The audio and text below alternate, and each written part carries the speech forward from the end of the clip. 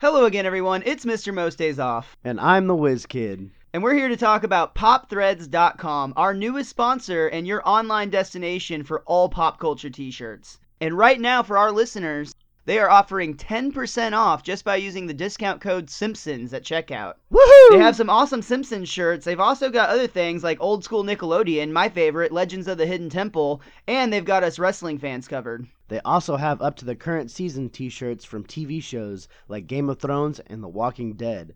So make sure you head over to popthreads.com right now. Use that discount code Simpsons so you can save a lot of dope! Hello again, everyone. Welcome back to the Best Darn Diddly Review Show. My name is Miles, better known as Mr. Most Days Off, and I am back again to talk about The Simpsons. We've got a special episode today, as it is the second Treehouse of Horror Halloween special kicking off the show, as well as Lisa's Pony. But before I get ahead of myself, let me introduce you to your co-host with the most, Richie the WizKid. How are you today, Rich? I'm doing great, and that's my name. My name again is Richie the WizKid. But yes, I was happy about Lisa's Pony. Going into episodes that are Lisa-centric, I've always been biased, or I'm usually against them, but there are a lot of moments I'd forgotten about in that episode that really make me laugh, so I'm excited to talk about these today. But as always, I'll throw it back to you first. The man, the myth, the monkey paw. It is Miles. Dude, you actually groaned last week whenever I said Lisa's Pony. Or I'm sorry, you actually groaned while you said Lisa's Pony, I should say, is a more accurate way to say that. So yeah, to hear you have a comeback on that is nice to know. And I will agree with you. I still I don't think it's the strongest episode, but for a Lisa episode, it wasn't bad. Maybe that's just a sign of our maturity, but I doubt that, actually.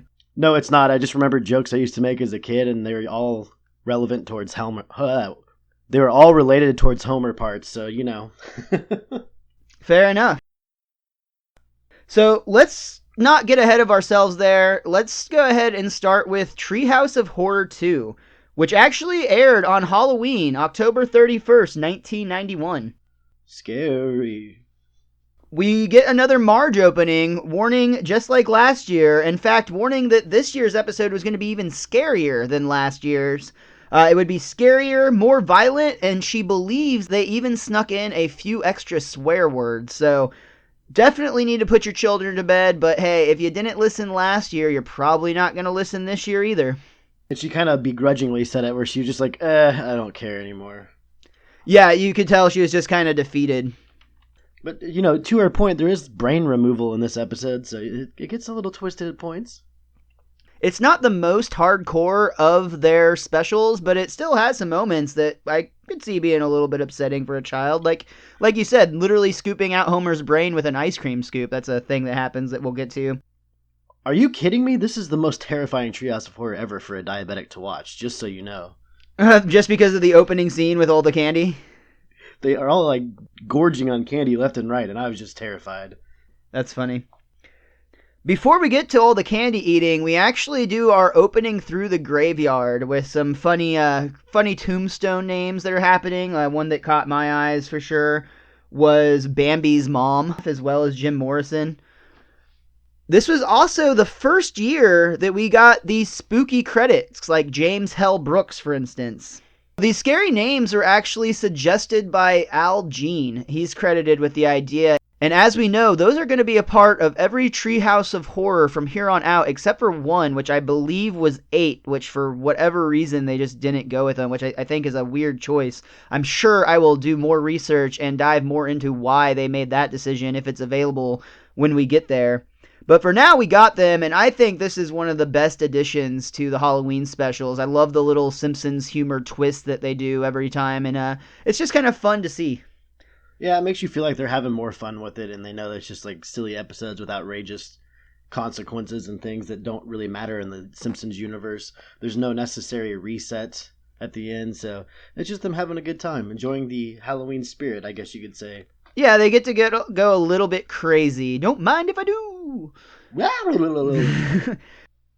Also, just like we talked about last week with the saying things sucked, like you talked about how special it was when you went to that OU game and were actually allowed to say it for the first time, There was a time that I was watching these episodes where I was not allowed to say words like hell, so when James Hell Brooks came on the screen, it goes back to what we talked about all the way back at the beginning of Season 2 with Matthew Klickstein, like when the Simpsons feel a little bit naughty, and there's something fun about that, because it's not really that bad, but just that little sense of like, ooh, I'm being bad right now, makes it more enjoyable. Yeah, like, oh, I'm not supposed to read that word or hear these things spoken on television. And you're like looking around the room to make sure no one's spying on you while you're doing it.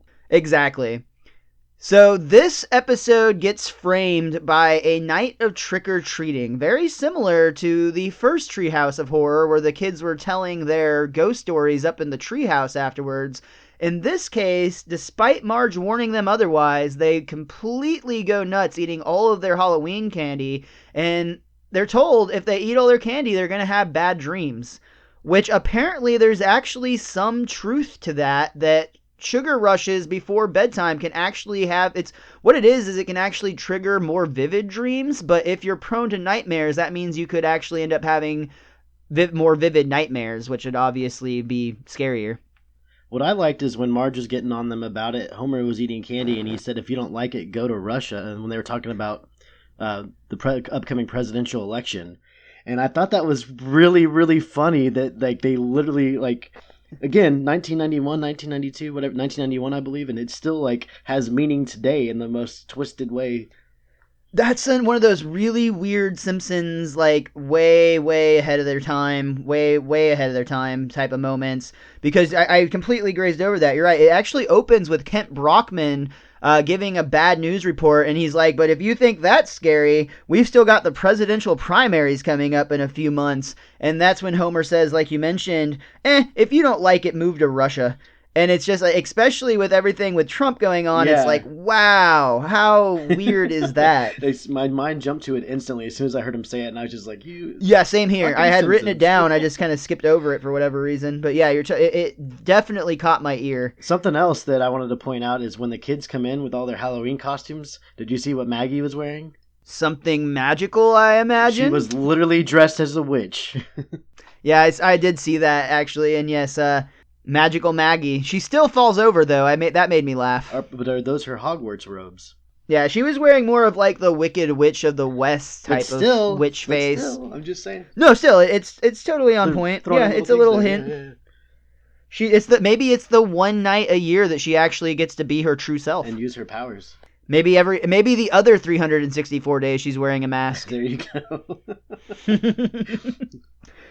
So this episode gets framed in the fact that Marge tells them they're going to have 3 nightmares. Again, Homer and the kids just are like, yeah, whatever, let's eat candy. But they all go to bed, and sure enough, we start with Lisa's nightmare. Opening in Morocco, the Simpsons are walking around shopping at street vendors, and Homer sees a mysterious paw, a monkey's paw. And despite the shop owner telling him, this is not a good thing, this is bad, it's evil, do not buy it, he still wants it. Which, why is he even selling it if it's something you don't want people to buy? Yeah, that's a really good point. Why did he even I guess it's to sell it to some jackass, but I mean... Maybe if he sells it, but he does everything he can to warn. I mean, and to be fair, there's also a business to that, like where people charge more nowadays to sell you a supposedly haunted house because of the fact that it's supposedly haunted. Like there's actually big business in that nowadays. Yeah, but they'll tell you everything, and they'll probably do a little showmanship on it. Where this guy in Marrakesh or wherever they were at in Morocco was literally like, "Do not buy this; it is evil," and he warned Homer as much as he could about it. I also really enjoy when Homer gets done buying it. He's like, everyone's like, where'd you get that? And he points behind him to a dust swirl. And they're like, oh my God, they make like mysterious music. He's like, it was just there. And then he's like, oh, nope, it's right over there. Yeah, he's like, oh, that little shop right there. And you see the... He goes, oh, wait, no, it's over there. And he points right to the left of it. The Simpsons are on their way back to Springfield, and at the airport, getting on the airplane, Homer gets stopped by security smuggling a bunch of goods in, but the fine is only $2, so he just pays it and goes about his way. $2 American. Oh, I got that.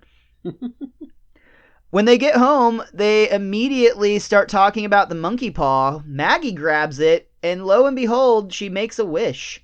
The monkey's first finger closes, and a limousine pulls up to the Simpsons' home. Homer is ecstatic, thinking that Maggie wished riches upon their family, but a man shows up at the door, delivers a single new pacifier, and goes about his way. One wish gone. Bad baby.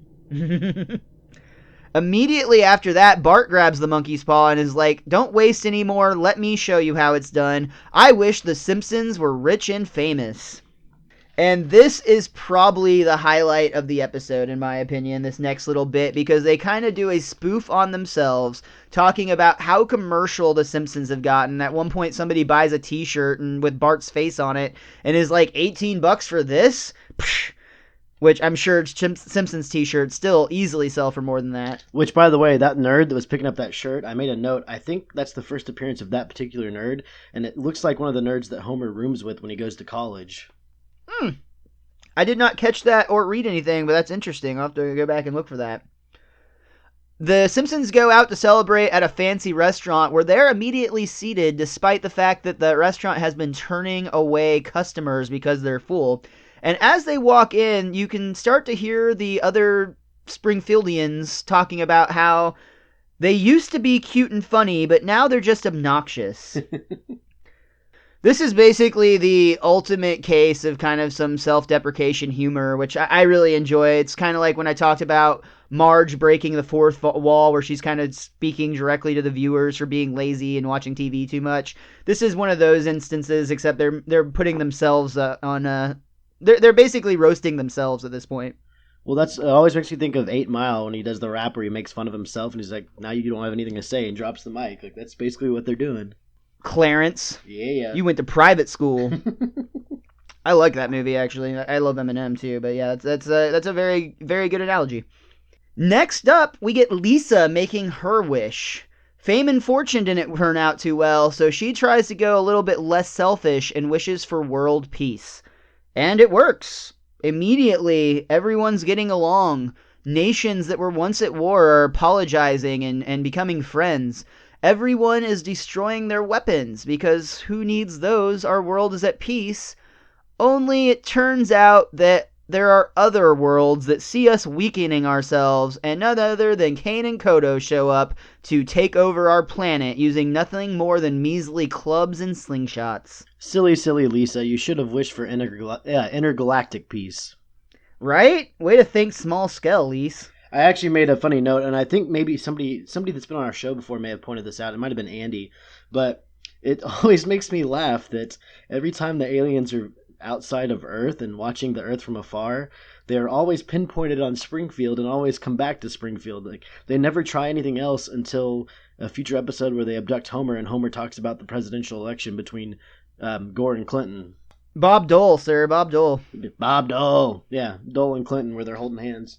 But before that, they always attack Springfield. I don't understand that. What's their train of thought there? What's so important about Springfield? It's such a universally useful town because, I mean, it's basically always got the temperature needed for whatever event they're participating in, and no one ever gets older, so I could see why they'd target that. Or there's something to nuclear energy that we don't understand yet. Oh, that's a good point, too. They have a nuclear reactor.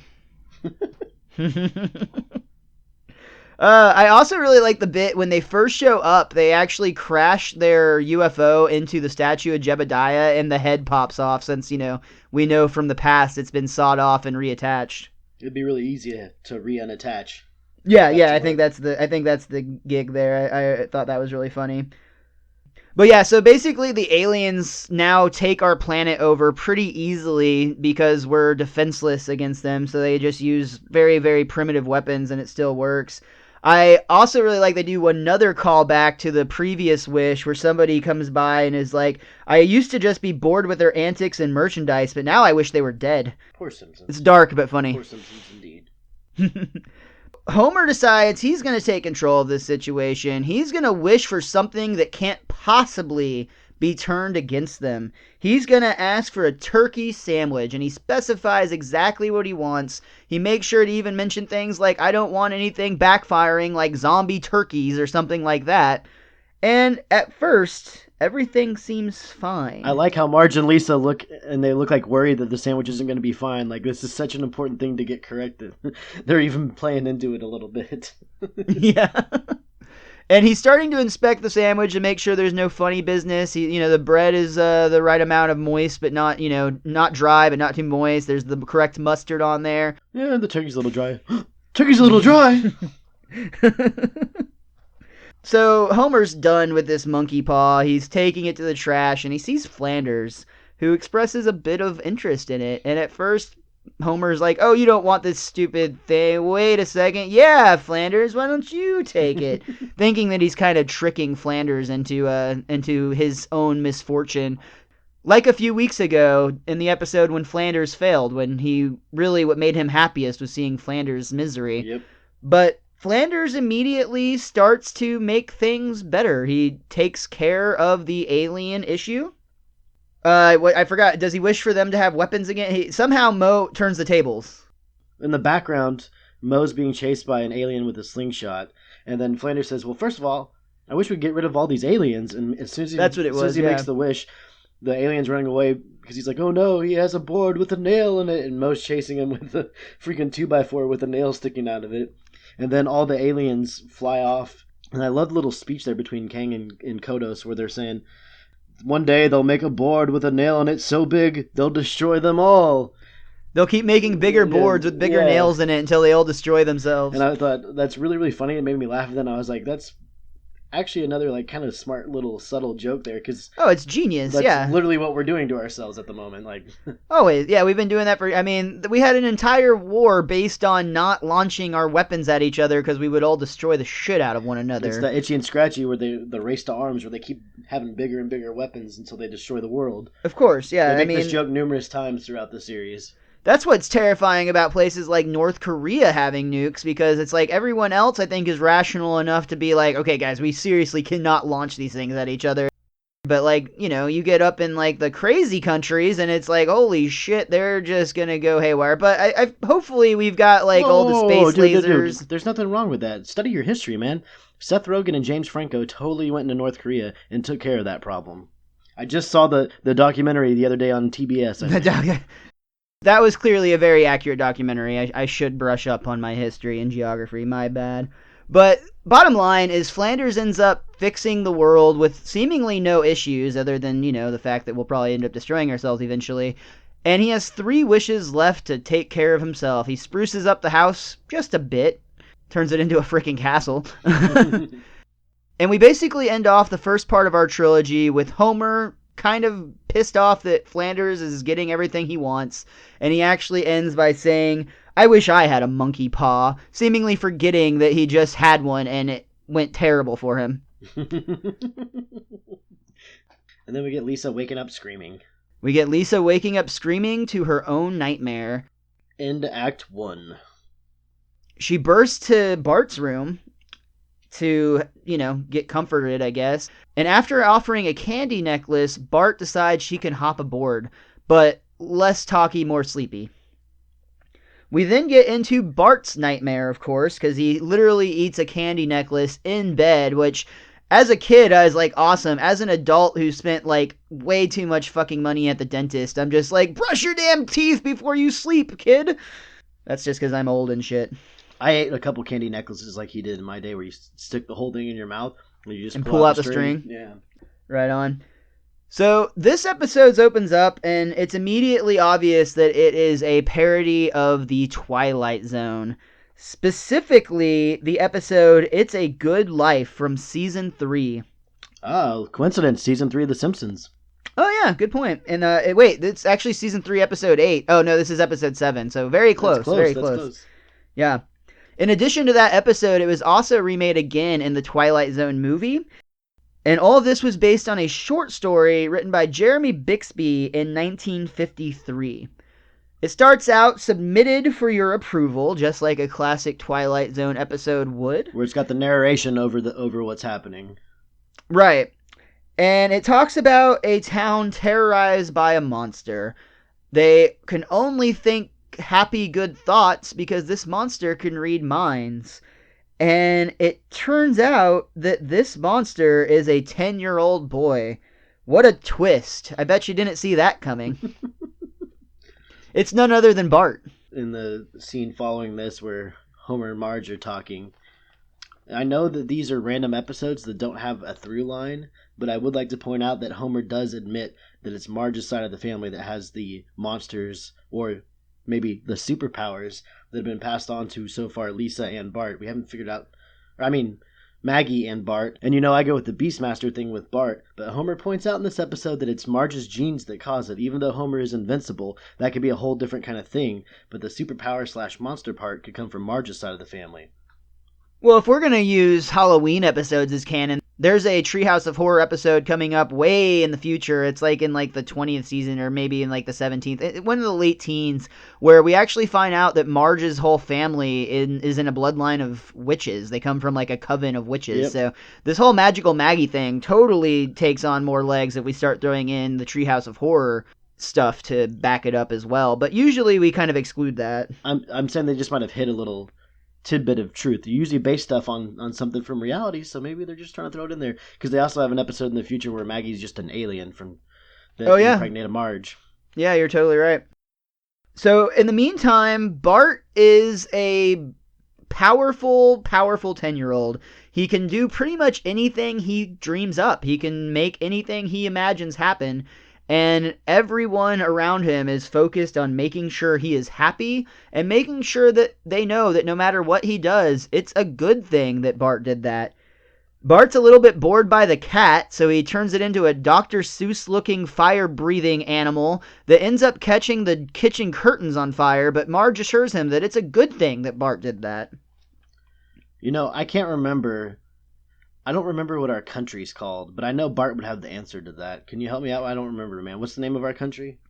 Well, when we get to school, we find out that because of Bart's test, the history of America has changed yet again. It was discovered in 1942 by some guy, and the country's name was changed from America to Bonerland. Oh, yes. God bless Bonerland. God bless Bloner. God You bless said Bonerland, indeed. Oh, I also really liked on the way to school, before we even got there, Bart tells Otto that he's driving, and Otto's like, "Oh, no can do, little buddy." And he's like, "Oh, wait, you're that little dude with the gnarly powers." And sure enough, Bart's yelling out controls for Otto as he's like, "Give it more gas or more brake," but Bart drives them to school. I just like that Otto thinks his thoughts out loud, but Bart doesn't even care because it's like, it's Otto, man. Like, yeah. It's Otto, man. Yeah, totally. Oh, also, they get a prank call when they're in the class. He asks for a phone, and it's actually, like, delivered to him. And Bart does a prank call to the bar, but instead of being clever, he just asks Moe to yell out, "I'm a stupid moron with an ugly face, and my butt smells, and I like to kiss my own butt." I love that part. I wrote it down where I literally wrote the note classic, the best classic Moe's call-in joke, which it's not, but it just made me laugh. Hold on, everybody. I'll check.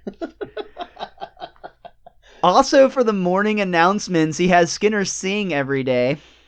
And when he gets home, he also rules the roost, not only at school, but at the house. Bart wants to watch Itchy and Scratchy, and Homer basically is like, "I've got $50 on this football game. I just need to see if they make this field goal, because if they do, I win $50. Bart gets displeased by this, and in the next scene, we see the kicker make a kick that looks like it's going good, and in midair, the ball starts to turn into Homer, and we see him collide into the pole. So not only does he get head trauma, he also loses his bet. He's unbreakable. His head trauma's fine. But he is out $50, which he'll need in the next episode. Oh my goodness, when Homer gets back, he's turned into a Jack in the Box, and Marge gets upset, and I love Bart's response here, because he's like, "Lisa did it." That gets me every time. But it's almost like he said it like, he didn't say it like he thought he was in trouble, he just said it like it was nothing, because he's all powerful. What does he care? "Bart, why'd you do this?" And he was like, "Lisa did it." Marge actually loses it a little bit, and is like, "You knock that off right now, you're coming to counseling, please." And she kind of backsteps a little bit, but gets Bart to actually go to Dr. Marvin Monroe, where he explains that Bart is just craving attention. And the problem is, Bart doesn't care if he gets good attention or bad attention, as long as he gets attention. And what ends up happening is they basically say that Homer should spend more time with Bart. And I love there's a part where Dr. Monroe's like, oh, Homer, I'm glad you agree with me. Remember, Homer's been turned into a jack-in-the-box, so he's just a head on a spring. And Homer's like, I'm not nodding, that's just the air conditioning. We get a little bit of a sentimental moment, as sentimental as you're going to get in a Halloween episode, where Bart and Homer's relationship actually improves. They go to a game, they go to a theme park. I love when they're a montage. It's a montage. I love when Homer's on the roller coaster. They're in the front row, but when they go down the hill, his head like springs back all the way, and he screams as he gets launched off screen. They get to a point where Homer is actually tucking Bart into bed, and they're being a little bit sentimental, and Bart is saying, man, this has been such a great couple of days. I wish there was something I could do for you. And Homer's like, well, son, if you wanted, you could give me my body back. To which he does. Homer's really ecstatic. He actually hugs Bart. Bart tells Homer he loves him, and then Homer says, I love you too, boy, and Bart wakes up from his nightmare screaming. That is the best part of this whole episode, I thought, was when Bart woke up screaming, because you realize, oh, it's sweet, and then you remember that it's Bart. You're like, oh my god, Bart's worst nightmare is that him loving his father. Admitting it. Yeah. I really enjoyed that moment. I think I like the spoof from the first part a little bit better, where they're kind of making fun of themselves, but this was a fucking great moment too. And Act 2. Which brings us to Bart and Lisa running in fear, screaming, and going to their parents' room because they also had a nightmare. They crawl into bed, and we move on to Homer's nightmare, which actually starts with Mr. Burns and Smithers, like they normally do, watching all of their employees slack off. Smithers actually recommends a random firing, to put the fear of God into their employees.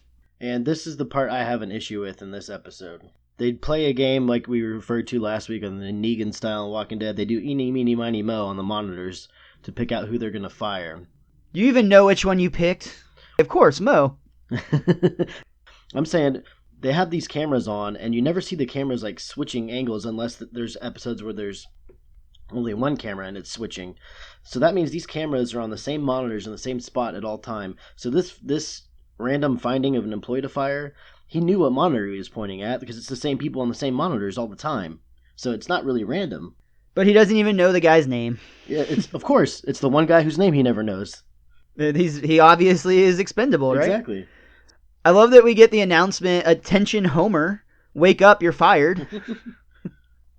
And then he's like, how did you know I was sleeping? And he's like, we've been watching you on camera. And Homer's like, there's a camera? Dope! We then see more of Mr. Burns and Smithers kind of hatching a fairly diabolical plan. They're trying to make a robotic employee who would be the perfect employee and not slack off and sleep and eat donuts. They've got it going, only it needs a brain. But rest assured, when it works, it will be the greatest invention in labor production since the Cat of Nine Tails. That's an awful joke, but hilarious. A cat of nine tails, for those that don't know, is the whip you'll see a lot of times that was often used for slave labor. It's actually called a cat of nine tails because the whip is actually frayed at the end, so you get more barbs striking the body. And what made it even worse is they would often do things like tie rocks and glass and just sharp bits into all of these leather braids so that not only were you getting whipped, but the production of the whip actually kind of made it like 9 times worse. So it's what that's they used on a terrible fucking joke, but absolutely hilarious. It's what they used on Jesus and Passion of the Christ, even though that weapon didn't exist back then. Or Django, either way. From Jesus to Django. It's Django. So Homer has to find another job. He's been let go from the power plant, and he decides to take an opening as a gravedigger, where he finds that the antics of his old job work just fine for this one, and he takes a nap, and he chooses to do so in the grave he's digging. I want to point out a point that made me actually giggle. It's a really stupid thought, but I love the fact that Groundskeeper Willie is literally the groundskeeper for the cemetery. Like, literally, Groundskeeper Willie is his character. I didn't catch that. Like, I was like, oh my god, that makes perfect sense. Who else would be the groundskeeper for the graveyard? Yeah, who else is going to do it? Well, as I mentioned earlier, Burns and Smithers need a human brain to bring their creation to life. Very similar to that Frankenstein book I read once. Huh. But they come to the graveyard looking for a body. They don't know which one to go with, and they're happy to find a freshly dug grave with a body lying in it. Burns comments that the smell has gotten awful already, so they need to hurry up and grab it. Which, of course, the body is Homer sleeping. So I love that there's another jab at Homer's personal hygiene there. I'm like, who would put a body in a grave and not fill the grave up? Well, yeah, I mean, there's a couple of things missing there, like concrete and a casket and, a few things that we do in modern burials, but it makes for a funny premise of the episode. Yeah. Smithers actually realizes that the body is none other than Homer Simpson, the man they just fired, and he worries that Homer wasn't exactly a model employee, so maybe his brain isn't the right choice. Burns is like, who is a model employee, Smithers? And then he starts to see Smithers as only a walking, talking brain, which is great. And Smithers is like, oh, no, Homer will do fine. I love that evil look Burns gets. And, I told you this when we first started the show. Going back and rewatching these made me love characters like Mr. Burns and Ned Flanders so much more. And not that I never grew to like the characters, but just going back and seeing all the great lines they have, it's just like, oh my gosh, I love these characters. A lot of times they end up having the more adult jokes, especially the moments between Smithers and Burns and things of that nature. I think there's simply a lot of stuff that, and Ned Flanders for that matter too, kind of being so naive about things at times, that there's a lot of jokes there that we very well may just have missed when we were children. Or an edge to their character that we just didn't have the maturity to appreciate. Yeah. So, back at the graveyard, Smithers is dragging the corpse for Mr. Burns, and he notices that it starts to complain. They start to beat the corpse with sticks, saying, bad corpse, bad corpse. Before that, didn't Smithers say something to Burns where he's like, I think he's still alive, or something, I hear something, sir, and he goes, ooh, who is it, the booger man? Yeah, that was right before they started beating him. They actually take him to Mr. Burns' lab, which has the robot waiting to have a brain transported into it. I really enjoy Mr. Burns is doing the surgery, and he actually asks Smithers for an ice cream scoop, and Smithers is like, are you sure? An ice cream scoop, sir? Mr. Burns replies, this isn't rocket science, it's brain surgery. And while he's scooping out Homer's brain, he's actually whistling If I Only Had a Brain from The Wizard of Oz. We get the classic Frankenstein moment, it's alive! It's alive!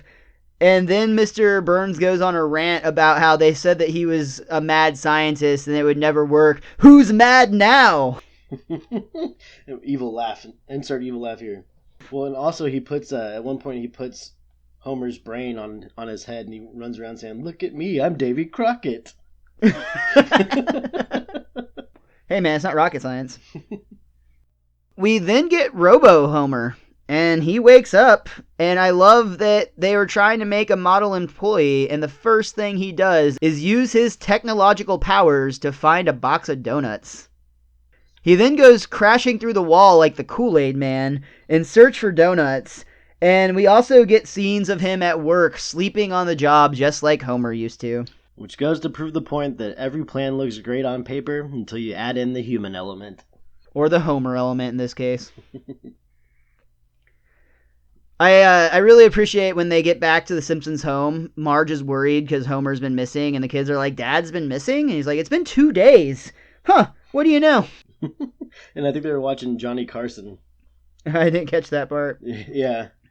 Once Burns and Smithers determine that Robo Homer is a failure and it's not going to work out, they were just going to scrap it and call it a night. But Mr. Smithers actually encourages Mr. Burns to return the brain to the body because the family might appreciate that. Mr. Burns kind of complains at first. He's like, but it's 11:45 already. But Smithers talks him into putting Homer's brain back in place. Stupid moral compass, Smithers. Right after he gets Homer up and running again, which I love, they're stitching him up and Homer's like saying, ow, ow, ow. And Smithers alerts Mr. Burns that this is a good thing because that in fact means he is in fact alive. Right after that, Burns goes to curse his failed invention one last time. He kicks the robot in the boot, and lo and behold, it falls on him and crushes every bone in his body from the neck down.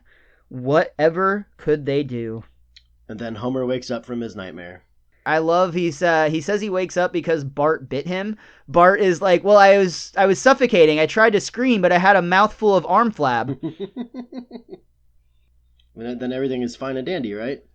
And then everything is fine and dandy, except for the fact that Mr. Burns' head has actually been attached, so that we've got a two-headed situation. Homer's body with both Homer's head and Mr. Burns' head attached. Homer is looking in the mirror, trying to convince himself that this is all just a dream, and Mr. Burns is kind of laughing, saying like, yes, just a dream. This is something we talk about with frequently on The Simpsons, especially, again, with throwback to Andy episodes, is morality and is it real and what is the cost of that morality. Burns deciding to do the right thing here along with Smithers essentially caused his own downfall here, because if they would have just scrapped the robot and done whatever they're going to do, or just left it there, it would have been fine, but he puts the brain back inside Homer and does the right thing, and he's just got this hunk of metal junk that he doesn't give two craps about anymore. And that led to him going over there to kick it and have it fall onto him. Now, you can quantify the morality of that however you want to, but to me it stood out as, again, somebody having to pay consequences for essentially doing what they should have done in the first place. Makes sense to me. He would have never had this issue if he had just let it go. Yep. So after all of that, they start to go to credits, but we get a next week on The Simpsons where Homer / Mr. Burns are sitting at the table. They get an invite to go to an all-you-can-eat spaghetti dinner. Homer's ecstatic until Burns reminds them that they have a meeting that day, and Homer thinks maybe having two heads isn't so great after all. You know what I just realized too? This is not the only time the writers will use this gimmick, because it happens in Futurama, even with Amy and Fry. I was thinking about Amy and Fry on this one as well. They do the exact same gimmick for a little bit longer, and that they play on it more in that episode for sure. Yeah, because I think Amy and Fry are actually dating when they first start. It's actually after Fry wants to stop dating, and oh yeah, that's right. Yeah, which makes it tough so to break much up worse. Then. Definitely. Richie, is there anything else that you or that book of yours want to point out about Treehouse of Horror II? Well, my handy guide here, The Simpsons, A Complete Guide to Our Favorite Family, does point out in the last episode here with Burns and Homer, there is a watch your step sign, and it's planted in front of Burns' secret passageway. And I don't remember if you said it or not, but the end of the story here with the two heads being together is a parody of The Thing with Two Heads. That makes a lot of sense. Yeah, it's pretty straight to the point on that title, isn't it? It really is. Well, I think that's going to do it for the Treehouse of Horror 2, but we've still got Lisa's Pony to talk about, and as we said at the top of the show, I think it's going to surprise some of you what we have to say. But first, let's hear from our Pottern family. This is the Secret Transmission Podcast. We are a podcast about the strange and unusual, the secret and the conspiracies, the fringe and the supernatural. We're a podcast that talks about weird things like number stations, the Bermuda Triangle, the Salem witch trials, time travel, the moon landing, the Zika virus, serial killers, cults, the deep web, UFOs, superstitions. We cover it all. You can find us on iTunes, Stitcher, YouTube, and Google Play. You can also follow us on Twitter, @SecretTranspod, @SecretTranspod. Come listen to us try to explain the unexplainable.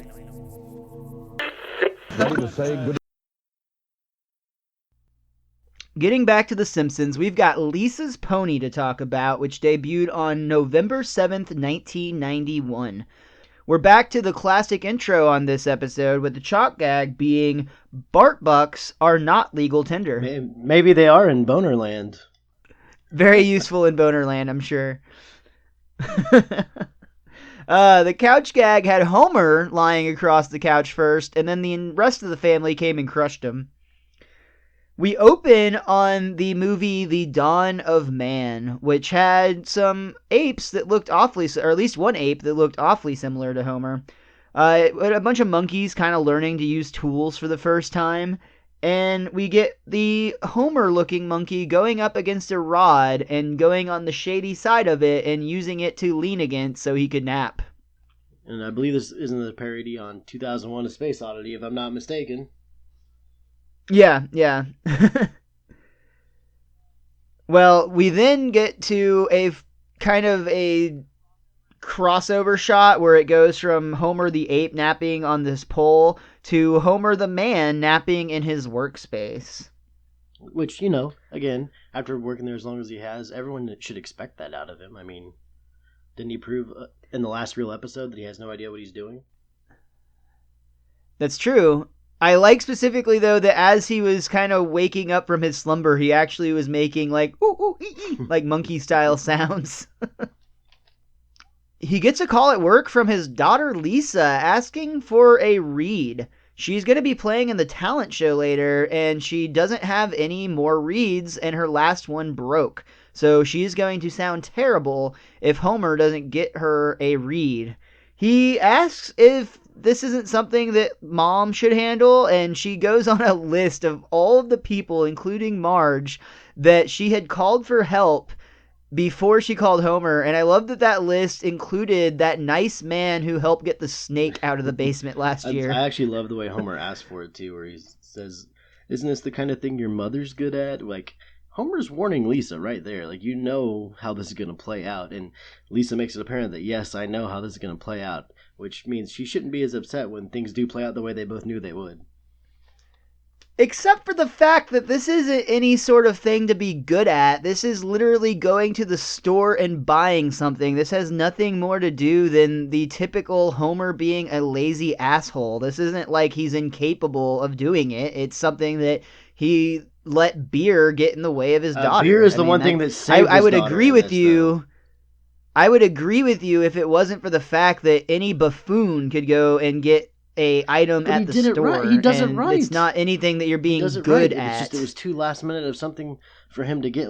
Like, it does not merit him going out to buy a pony. Let's say that much. But we're going to be getting into that. He got what he needed, which she didn't even give him all the correct information, as you'll come to find out when he meets the shop owner.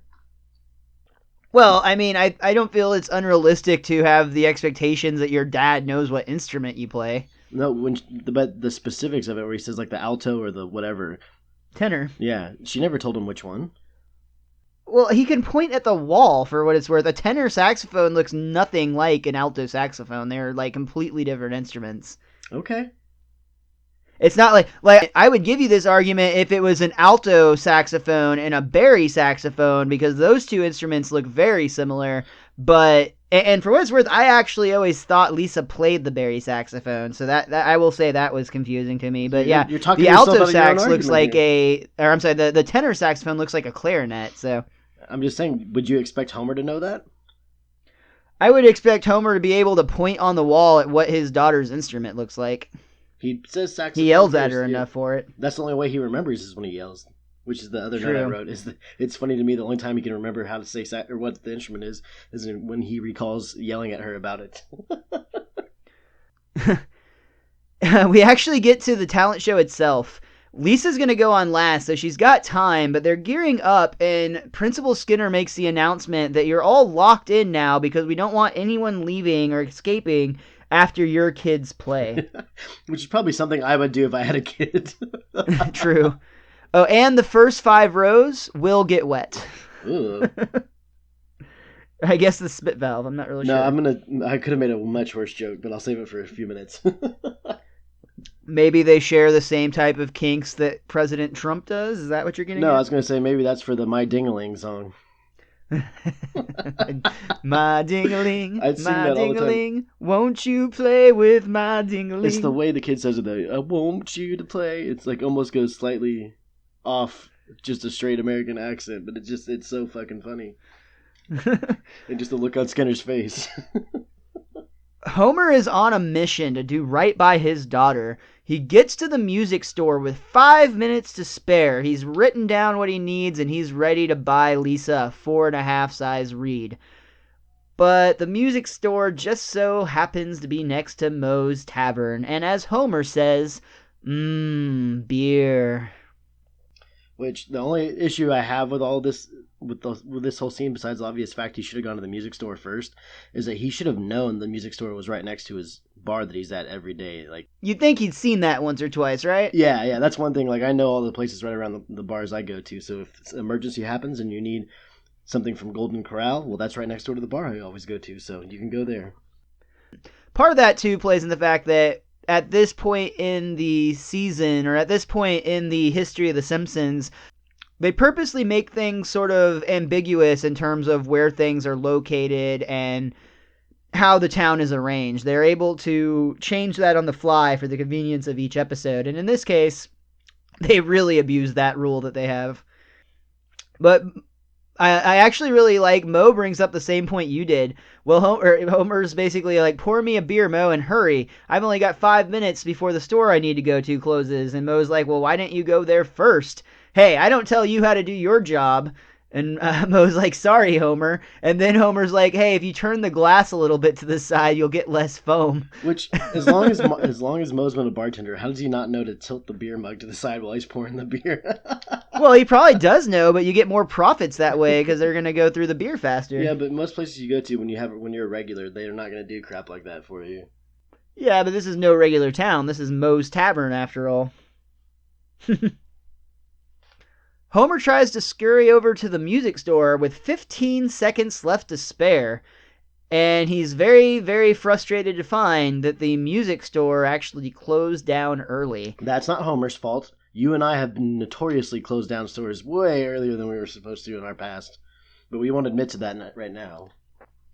I'm of the mindset still to this day, I will not go into a store unless I have a real strong need to, and if I do, I have a very, very specific shopping agenda, and I am in and out, because I fucking hated when people would come in right at close, and I hated even more when people would come in right at close Just and to then browse. like linger or Yeah. not know what they want, or I'm just looking. And that's not just in the jewelry store business, but also when I waited tables. There is nothing worse than that. And for what it's worth, people, just so everyone knows, if you walk into a restaurant after the cooks have already started cleaning their shit and you still order food off the main menu, you are getting spit in your entree, guaranteed. Some boogers Just and know cum? that if it's worth it to you. At least a little bit of boogers and cum. Well, even on top of those jobs, when I worked at GameStop, the worst thing is when you come in during the last 15 minutes and you've got bags and bags of stuff to trade in. So yeah, as a rule of thumb, just in general in my life, I will not go into a store if they're within like 10 or 15 minutes of closing. I will literally just, fuck, if there's something I want that bad, like I can go the next day. Or again, if it's like an emergency, I'll go, but I'll be like, I need this, I want it, check me out, good night, close up fast. Yeah. Because I know how much it sucks. When you've been on the other side, it changes how you act, which a lot of people don't get those experiences, so they don't know how to change their behavior. True. So anyways... Back at the elementary school, we are getting some interesting acts, some good, some not so good. We've got some really mean judges, including Bleeding Gums Murphy, the lunch lady, I think her name is Doris or Dolores? Doris? Yeah. I think it's Doris. Lunch lady Doris. And also Groundskeeper Willie, who I love. I think he says, I'd rather be watching the boilers, too. I don't remember who played, but everyone's in agreement that this is a terrible, terrible talent show. I really like when Principal Skinner is talking behind the curtain how awful it is, and then he goes out on stage and is like, I think this might be the best talent show yet, to all the parents. It's literally like in stride. He's talking to Krabappel backstage. He's like, this is the worst one yet, as he's stepping out and changing his face to smile. Like, I love that little moment. That, again, I just mentioned Waiting Tables, and anyone who's seen the movie Waiting, it's actually it's a little bit extreme, but for the most part, relatively accurate. But like, I define this, or I put this in the same category as like, as a waiter, you put your smile on when you're out the front of the house, and as soon as you hit the kitchen, you are cursing up a storm, bitching about everyone that's pissing you off. So no matter how happy your waiter or waitress is at the table, I promise you they are bitching about you in the back. But again, these are just the facts of life we deal with when we go out to eat. We're back at the bar, and Homer is actually bitching really loudly about that moron at the music store next door who shut down early, and the only other patron of the bar is the owner of that music store.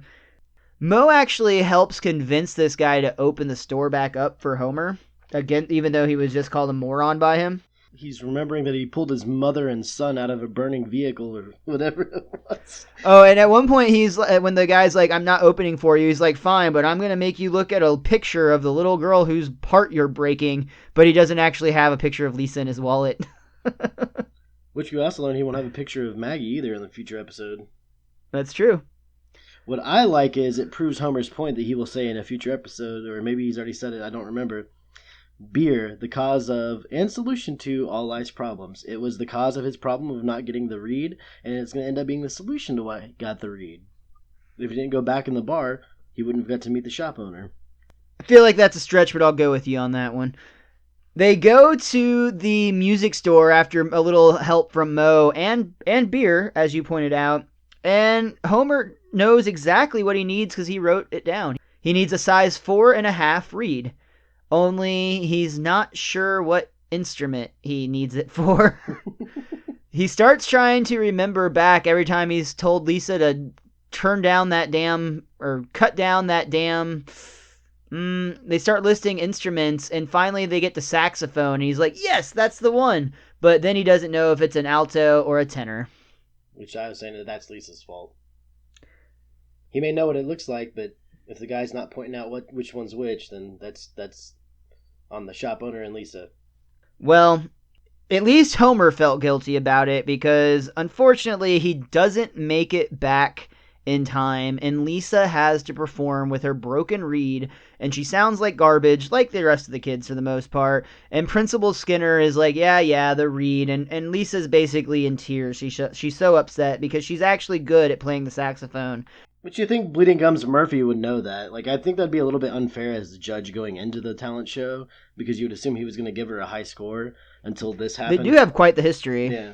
I liked that Bart did his little routine where he's making fun of Skinner and Lunch Lady Doris, and Bleeding Gum Murphy started laughing and put a 10 down next to Bart's name.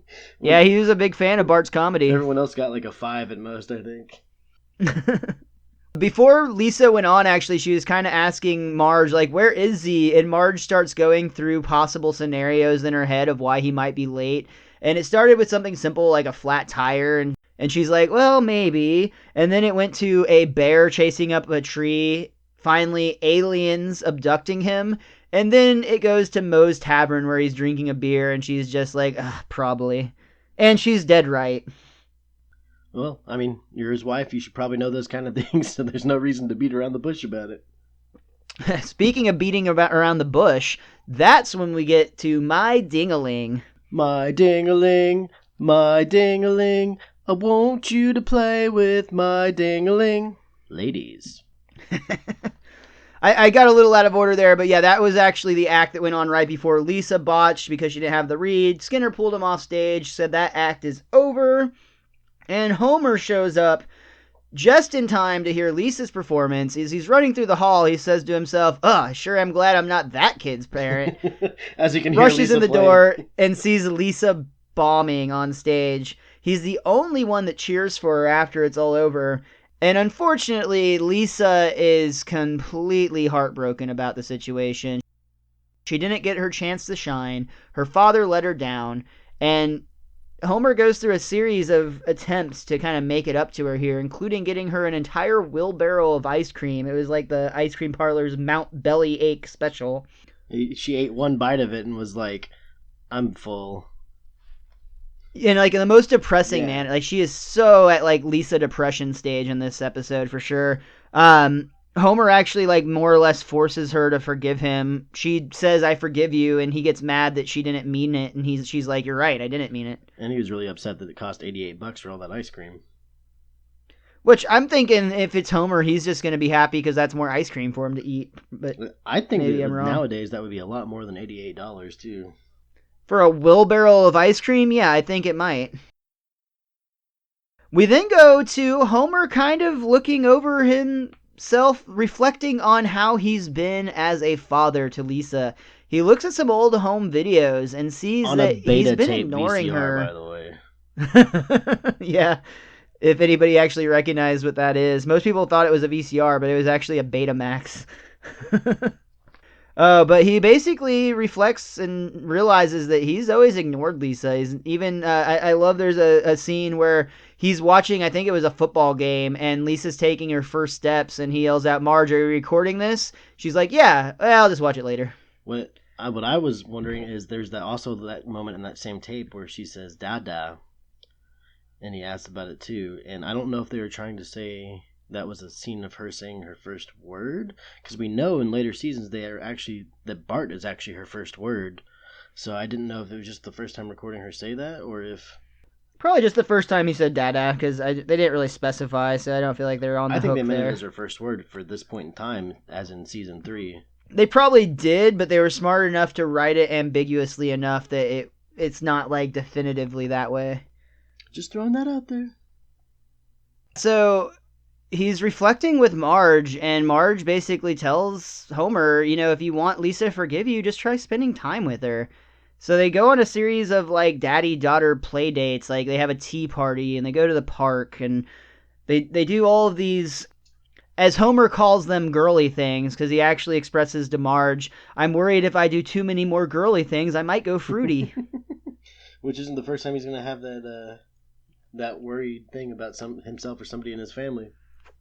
That's true. Homer is very unconfident in his heterosexuality, actually, as we learn in later. Well, it's not that. It's just that he's just very concerned about what people think about him is really what it comes down to more than anything else. He's always concerned that he's being judged. And it kind of goes back to like with the pink shirt episode before he's committed and we meets Michael Jackson, that he's not confident enough and he's not popular enough to do his own thing. But he'll change over the years. Like, it's pretty much Homer is a reflection of society in general to the most absurd and extreme possibilities.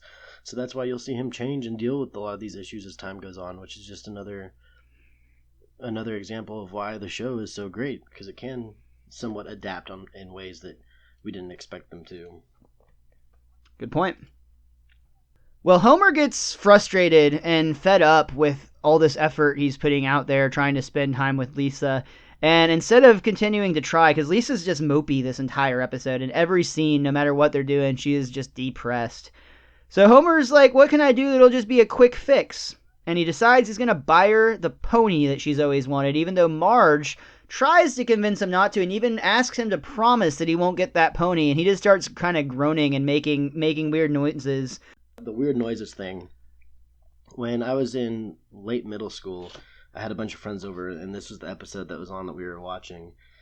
And I don't know what it was about the scene, but we all used to say these words all the time to each other at school and whatever. Whenever we didn't want to talk, we would do this exact routine that Homer and Marge do, where he's basically he wants Marge to understand what he's doing, but he doesn't want her approval because he knows she won't agree with it. So he just makes up random words to make it seem like he understands what she's saying, so that she'll be okay and not keep asking him questions. But literally, she says like, "Don't get a pony," and he's like, And then she said, "What?" And then he goes, "Bah." And then she goes, "Those aren't even words." And then he goes, "Sniff."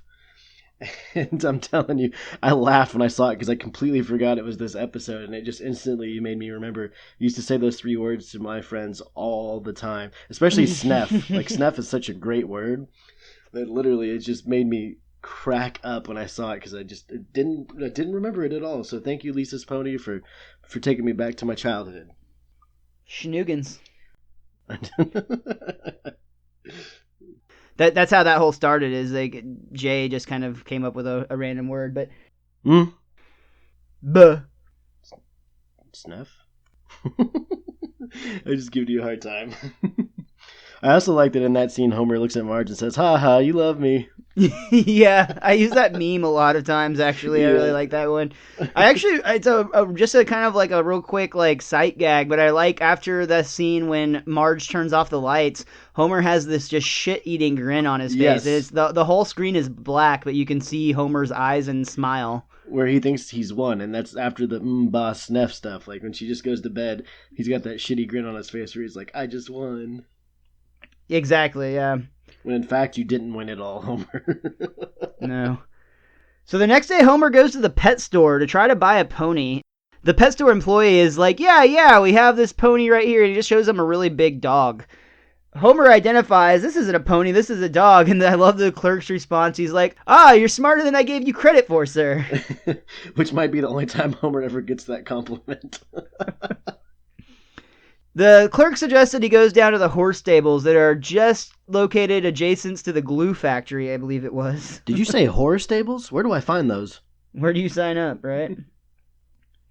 And Homer's very, very sad to find out that the horse that he was first looking at was $500,000, and he couldn't get a horse at all for less than $5,000. I like that he tries to write a check for $500,000. And he posted it to like 2048 or something like the that. stable owner is like, and the date on this check says January 1st, 2052 or 54 or 56. I don't know. It made me laugh. Yeah, it was really good. Again, he's being cleverer than I thought he could be. I want to point out that this horse trainer was modeled after Katharine Hepburn, with both in the way that she looked and the way that she talked. Okay. Yeah, I didn't have any notes on who did the voice, and I didn't look too hard into it besides my guidebook, but I figured it was it had to be a parody of someone slightly. Little nod to her more than anything. But Homer decides that if he's going to pay for this horse, he's going to have to get a loan. Fortunately, his job, though, offers a paycheck docking system that you can take a loan out and pay it back at, I'm sure, an awful percentage. From the way Burns had a shitty grin on his face, yeah, absolutely. And every time Smithers tried to say something, Burns would hush him. So Burns actually takes on these loans himself just because he gets so much joy out of taking advantage of his employees. And at one point, he starts doing his evil laugh before Homer signs, and he's like, "Oh no, I was just laughing at something funny that Smithers did earlier today." And Smithers is like, "I didn't do anything funny, sir. Shut up." And again, like we talked about in the earlier segment on this show, you gotta love Burns. The older you get, the more you watch him. He's such a bastard. So it all works out, though, for Homer because he has the money to go buy his daughter's love. They go back to the stables. Homer gives the trainer the money. And while the trainer is like, "Are you sure you know how to take care of a horse?" Homer is stuffing it in the backseat of his car.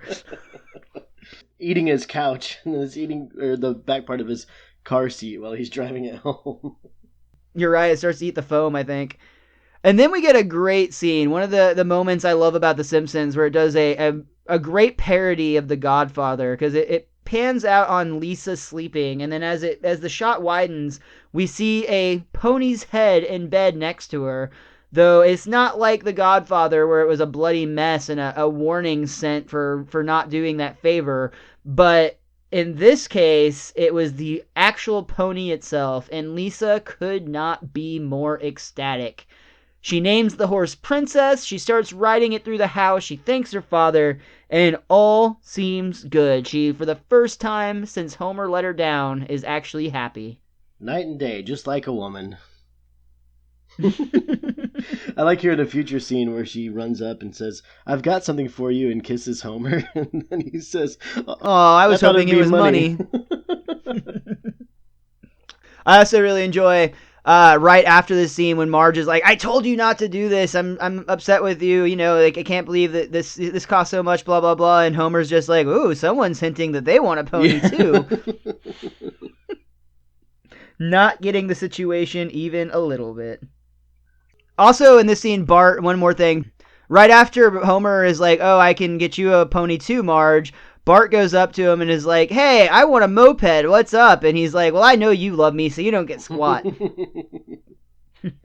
Marge then kind of brings up a good point. She's like, "What's the plan for this thing? Like, what are we gonna do?" And Homer's just like, "Yeah, we'll let it graze the neighborhood during the day, and then it can sleep between the cars in the garage at night." I think that might be illegal. Probably so. That's for the courts to decide. Yeah, I'm pretty sure in most states you have to have them on your actual land, like with proper stable or whatnot. Because isn't it in California people get in trouble for that all the time? Isn't there an Entourage episode about it where the horse has to be like tied up and can't be walking down Broadway? There is an Entourage episode. I have no idea if that's actually something that ever happens in real life. Not even here in Texas?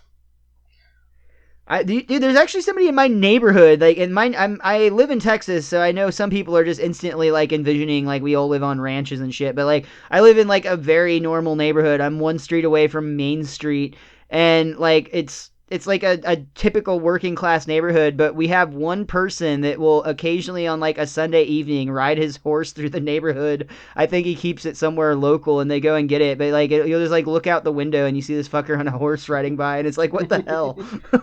Yeah, we're in the Dallas-Fort Worth area, which is almost exactly opposite of the idea everyone has of Texas, except for the stockyards. Yeah, and I mean that's like more of a museum at this point than an actual functioning It's so that you thing. can go somewhere to see all the things you think Texas should be, basically. Exactly.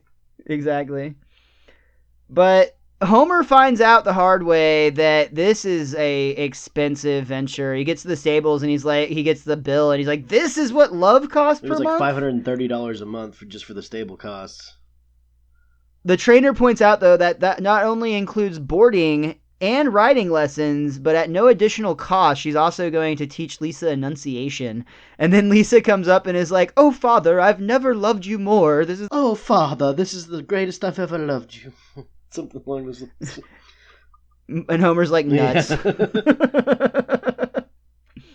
There's a really quick scene right after this where Bart is actually trying to teach Grandpa how to play a video game, and Grandpa is just not getting it at all. And after he finally dies, he's just like, "I got down on the floor for this." Which I could literally see one of my grandparents saying that exact line. But unfortunately, while Homer wants to give this gift to his daughter, Marge points out that the money is just not there. She says they're going to have to cut back. Homer suggests they start with Maggie's vaccinations. I mean, after all, why should they keep treating her for things she doesn't even have? Immediately after that, Marge points out, well, we can't not get our baby vaccinated, but we could maybe cut back on beer. And Homer's just like, yeah, that's not happening. Get real, Marge. That will not be happening. And basically, Marge is like, well, then you need to figure something out because we just don't have the money to do this. Which, to be fair, if all they did was cut back on Homer's beer intake, that either means Homer spends way more money than anyone I know on beer every week, or beer's so expensive that like a six-pack equals $530 over a month's time, if you get what I'm saying. Like, really? He does go to the bar like every episode. Yeah, I know, but like, there's episodes where Moe calls in his tab or Barney's tab, so clearly Moe just likes having him around and lets him drink and probably doesn't always charge him. Maybe. I don't know. Beer prices add up. I can see how that could definitely help the situation.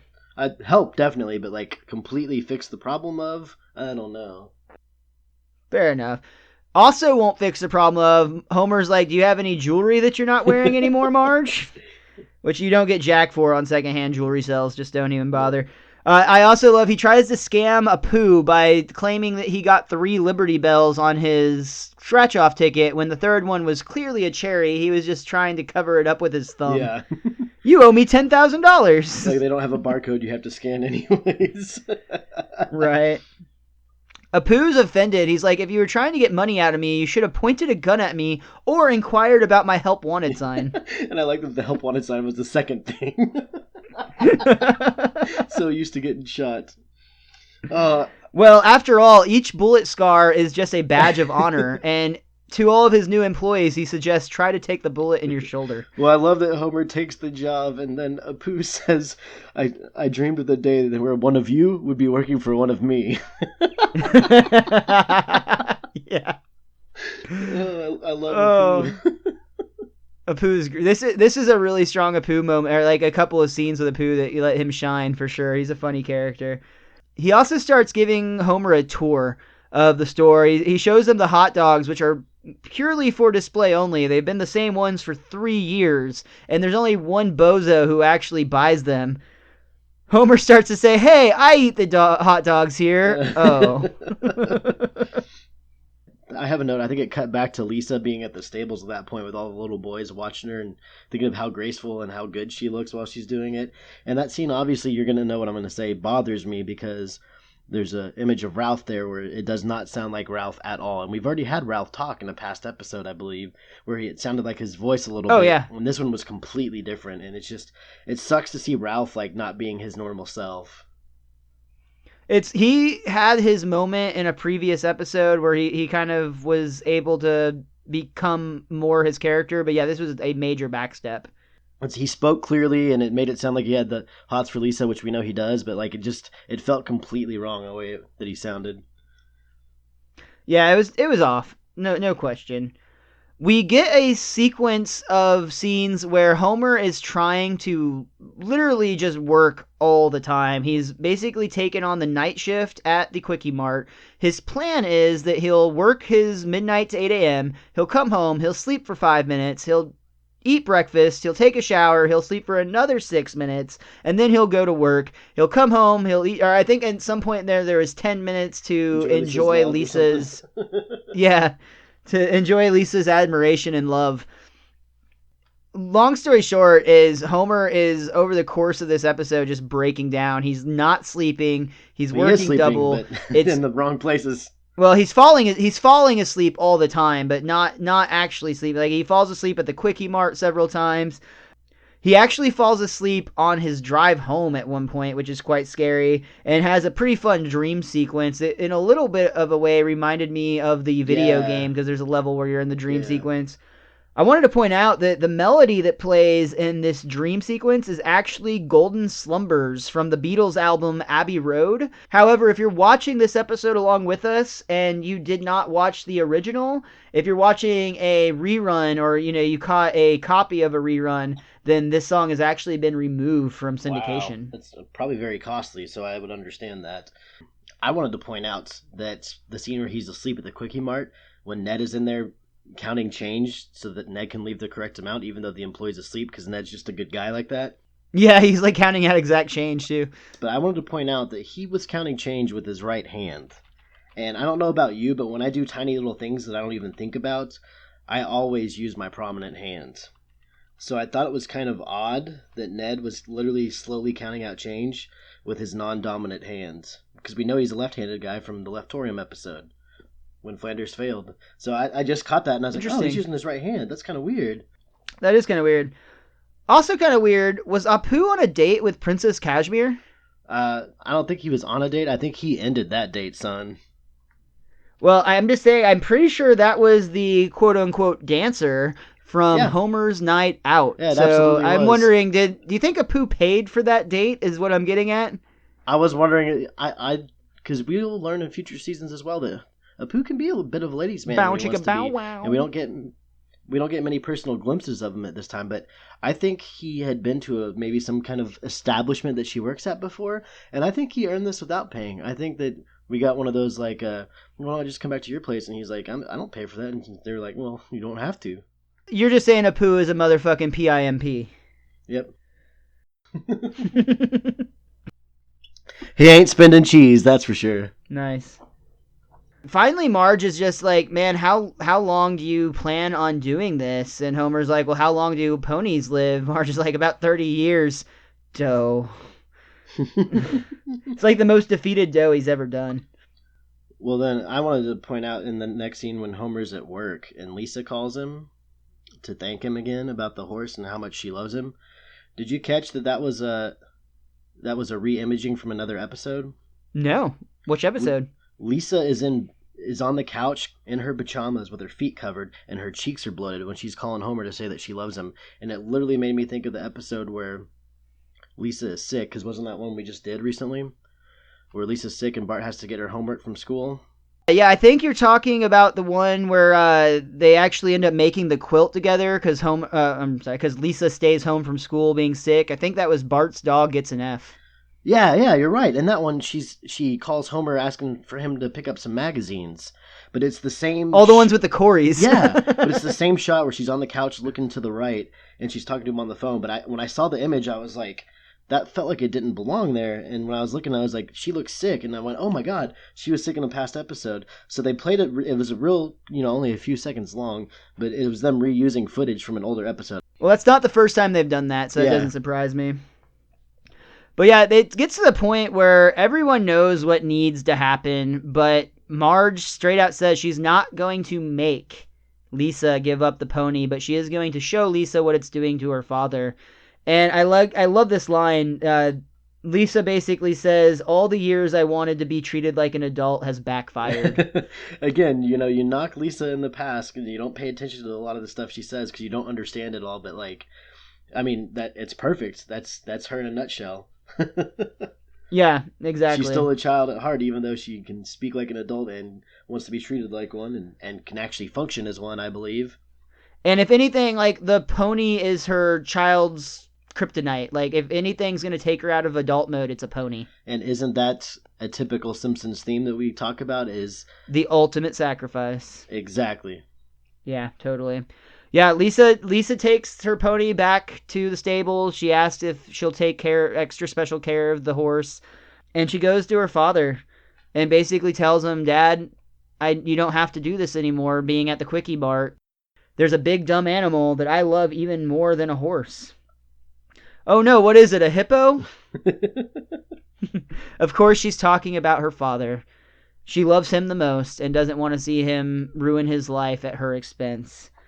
And Homer quits and leaves the Quickie Mart with Lisa in tow. Take this job and restaff it. I like Apu says, even though he was lazy and he slept on the job and he was kind of rude to customers, that's still the best damn convenience store employee I've ever had. And then I had one other... I might have said I only had one issue earlier, but I had one more issue at the end of this episode. They walk out of the Quickie Mart. Homer and Lisa are doing their little riding a horse thing, and then he puts her down, and they hold hands, and they start walking off into the sunset. Did not Homer drive his car to the Quickie Mart for work? I never noticed these things like you do. That's funny. So that means the car is still at the Quickie Mart, or Homer just... He was too tired to drive. Maybe he learned his lesson. He didn't want to fall asleep with his daughter in the car. But if he's too tired to drive, he could have spent the time that he was going to be walking, sleeping. It was a nice little moment, a nice little shot at the end, and you don't think about it till now, but it's like, that means he left his car there, which I could say sleep deprivation kept him from remembering it, I guess. But I guess so. Just throwing that out there. Just another thing to think about. Well, I think that's all I've got for this episode. Rich, was there anything that you or that book of yours wanted to point out before we wrap things up here? The Simpsons, A Complete Guide to Your Favorite Show. It says there was a calendar in the background that read November 7th, which is the actual original air date of the episode. Oh, cool. So I thought that was cool. And I wanted to point out that they had a beta tape VCR. Good old Betamax, but we already both caught that, so... Yeah. A big part of this episode was Homer sleeping, and it kind of brought me back to something, again, that Matthew Klickstein said all the way back at our Bart Gets an F review at the start of Season 2, and that was sometimes Homer sleeps. And, of course, he was referring to, the Odyssey and the Iliad's Homer, where not everything he wrote was necessarily a masterpiece, but it super works for this show as well. And while... I'll admit, this episode was a little bit better than I had remembered it being. Yeah. I still think this is a case of even Homer sleeps, because while this is not a terrible episode, it's not one that I am, anxious to rewatch again. It doesn't really jump out at me, though I will say it is a fantastic episode in terms of showing the sacrifices that Homer is true. If you're Homer and Lisa make sacrifices in this episode. Definitely, yeah. It's a great example of the sacrifices and love that these characters truly have for each other. But in terms of humor, I think Homer took a nap on this one. But But I think that's gonna do it for this week's Best Darn Diddly Review Show. Richie, what do you want to plug before we get out of here? As always, you can follow me on Twitter. I'm at @thewiz_kid23. And also go ahead and go over to our show's Twitter page, which is at Best Darn Diddly. That's DIDDLY. And make sure you follow us on there as well. You can use that same at Best Darn Diddly to follow us on Instagram. As for me, I am Mr. Most Days Off on Twitter. And finally, head over to iTunes and do us a real solid. You can help us out greatly by writing us a review for the Fans Podcast page. Make sure to mention the Best Darn Diddly Review Show by name, and we will read your review right here on the air. If you do that, it would be huge for us, help us out greatly, so please take a moment and do that if you can. Other than that, we look forward to coming back next week for episode Saturdays of Thunder, where Bart and Homer start soapbox derby racing together, and fan favorite Flaming Moe's, where Moe takes claim to a drink that he may not have invented. Bah. Snuff. We will see you next week.